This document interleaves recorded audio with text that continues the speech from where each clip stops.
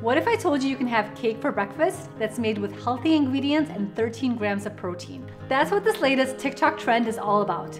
Hey everyone, I'm Yumna, aka Feel Good Foodie, and I'm here for this TikTok trend. I'm actually here for all of them. When I first saw hashtag baked oats trending on TikTok, I figured it was just baked oatmeal. But this is not your average baked oatmeal.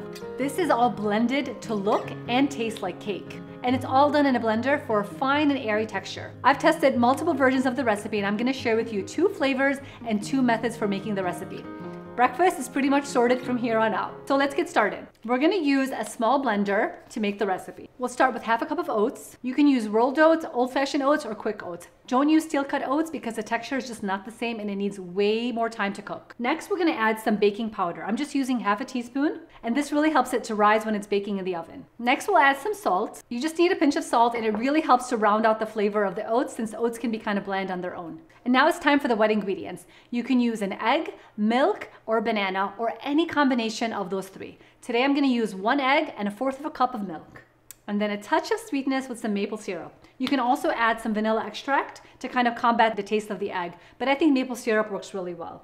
Now, if you wanted to, you can start with oat flour instead of rolled oats. And basically, rolled oats blended in a blender makes oat flour. So if you do it that way, you could just mix everything with a bowl and a whisk and not use a blender altogether.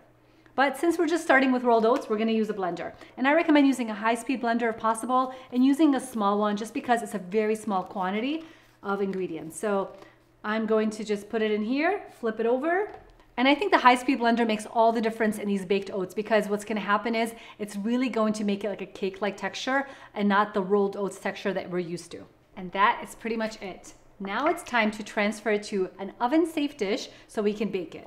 I like to use these little ramekins. They're about 6 ounces of fluid space inside of them, and they work perfectly for this recipe. If you wanted to, you can use muffin tins. You can use any other kind of baking dish you have. You can also double or triple the recipe and actually make it into a muffin recipe with 12 equal muffins. And be sure to spray the ramekin just so it makes it easier to release the cake.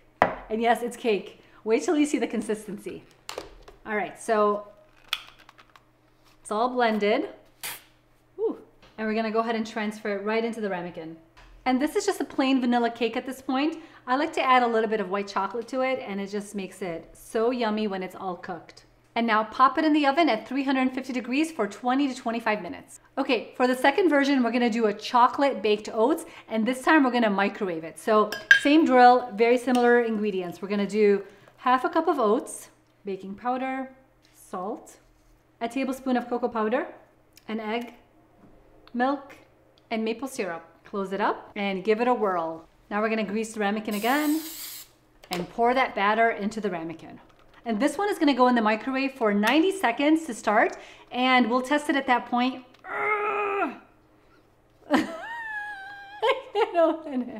And now we're gonna transfer it to a greased ramekin. We'll bake this in the microwave for 90 seconds, check on it in 90 seconds, and then if it needs more time, you can add an additional 30 seconds. My microwave usually takes about 2 minutes, so that's what I've been using for this recipe. But before we do that, we're gonna add some chocolate chunks on top. All right, this is the oven baked version, this is the microwave version. They both look so good and they literally look like cake, you guys. So when it comes out, you're ready to eat it and it's just as easy as that. Because we're calling it cake, I like to add a little bit of frosting on top. This is just some powdered sugar and milk that I mixed together.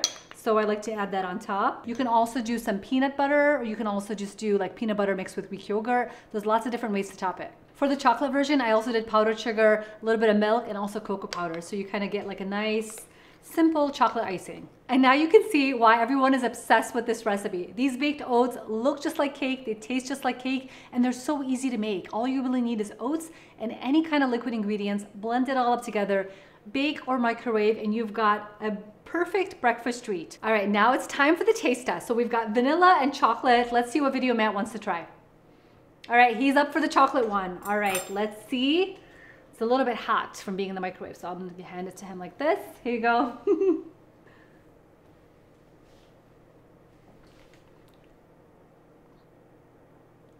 Awesome, he likes it. I had a feeling he was gonna like it. This is such a good recipe and we're literally so obsessed with it.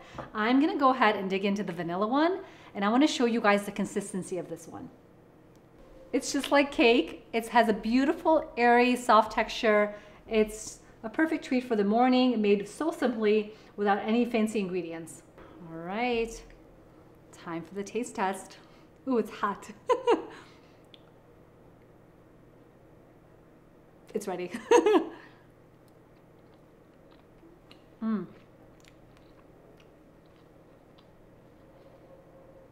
It's so good.